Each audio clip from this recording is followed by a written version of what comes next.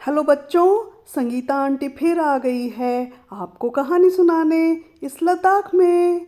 तो चलिए चलते हैं, एक प्यारी सी कहानी सुनते हैं।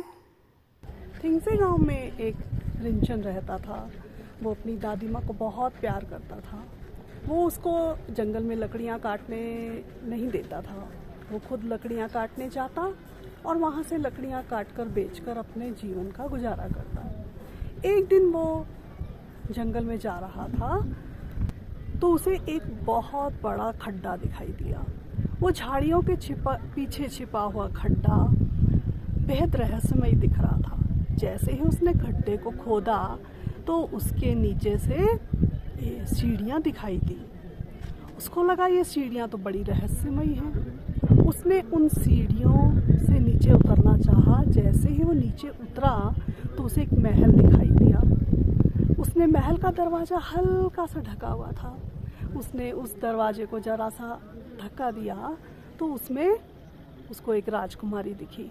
राजकुमारी बहुत रो रही थी और रोते रोते उसके जो आंसू हैं वो नगीनों में बदलते जा रहे थे। रिंचन बहुत हैरान हुआ। रिंचन राजकुमारी के पास गया और उसको चुप कराते हुए बोला, आपका कोई दुख है तो मुझे बताओ, मैं उस दुख को दूर करूँगा। उसने कहा, मैं बहुत सालों से रो रही हूँ, मेरे पास कोई नहीं आया। अगर जब तक मेरे पास कोई नहीं आता तो मैं रोती रहूँगी। उसने उसको चुप कराया तो राजकुमारी बहुत खुश हुई। अब रिंचन वापस जाने लगा तो राजकुमारी ने उसको फिर से बुलाया। बोला, मैं तुम्हें कुछ उपहार देना चाहती हूँ, अपनी हथेली आगे करो। वो फिर से रोने का उपक्रम करने लगी और रोते ही उसका जो आँख से आंसू निकला, आंसू के आकार का एक नगीना रिंचन की हथेली पर थप से आ गया। रिंचन बहुत खुश हुआ और वो अपनी दादी माँ के पास गया और दादी माँ से बोला कि मैं आज एक बहुत सुंदर सा नगीना लेके आया हूँ। उसकी दादी बोली कि बेटा ये हमारे किसी काम का नहीं, जाओ और जमींदार को दे दो।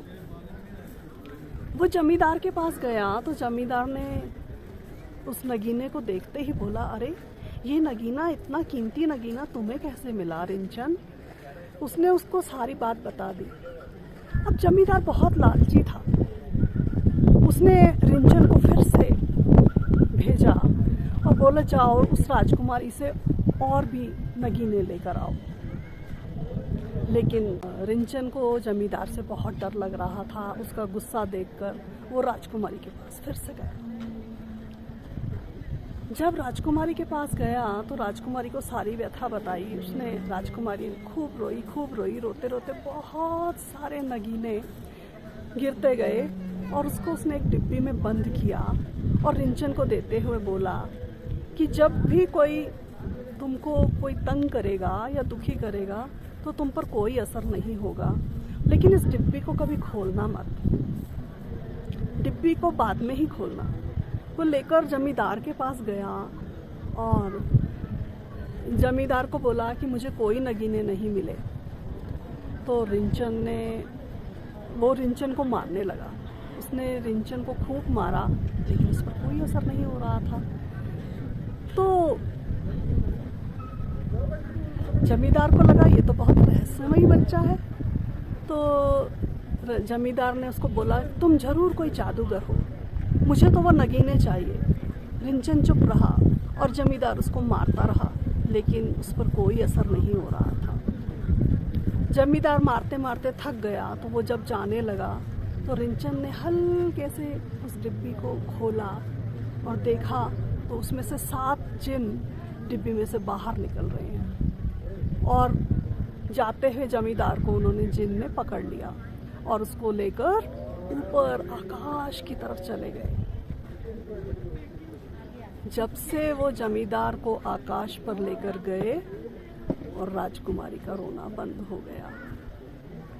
और रिंचन जब राजकुमारी के पास गया तो राजकुमारी बहुत खुश नज़र आ रही थी और उसने बोला, तुमने मेरा बहुत अच्छा काम कर दिया और अब आज के बाद मेरा रोना बंद हुआ।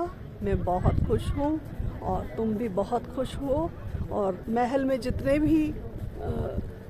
भी नगीने पड़े हुए थे सारे उसने उठाकर रिंचन को दे दिए और रिंचन उनको लेकर खुशी खुशी अपनी दादी के साथ रहने लगा। तो बच्चों, कैसी लगी ये कहानी मुझे कमेंट बॉक्स में ज़रूर बताइएगा। लद्दाख की और कहानियाँ लेकर मैं आपके पास आऊँगी और आपको सुनाऊँगी। तो तब तक के लिए बाय बाय।